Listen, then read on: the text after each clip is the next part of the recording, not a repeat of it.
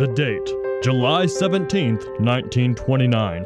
America was in the final months of the Great Depression. Louis Armstrong's When You're Smiling topped the music charts. Oh, when you smiling.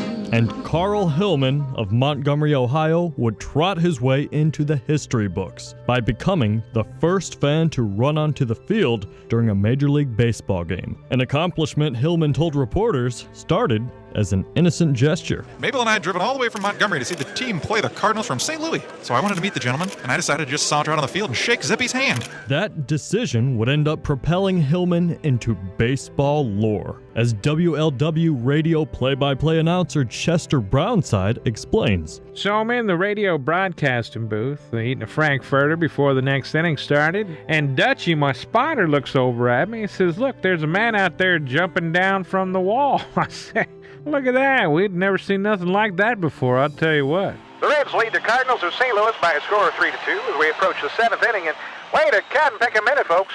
My goodness gracious, let me get my cheaters out here, but it looks as if there's a man who jumped down onto the playing field. Well, I'll be a monkey's uncle. It sure is true. That man's running out to shake Zippy's hand. Well, folks, have you ever seen anything like that in your life?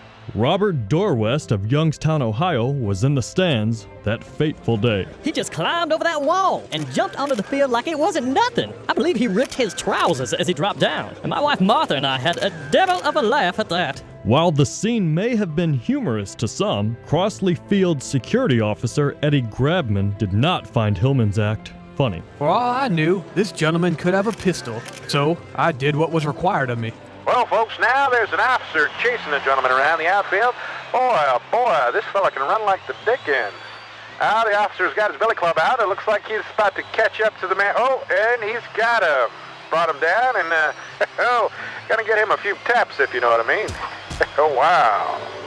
Though the gesture would cost him a night in the hospital, followed by 3 nights in jail, Carl Hillman claimed to have no regrets. The bruises on my brain will heal, and I can buy new trousers, but the memory I made at the field will last a lifetime. It's my sincere hope that fans years from now will look back on my accomplishment and feel compelled to do the same, for it's their God-given right to meet the ball players they admire so much. And if that means taking a billy club to the face, I think of many worse ways to spend a day at the ballpark.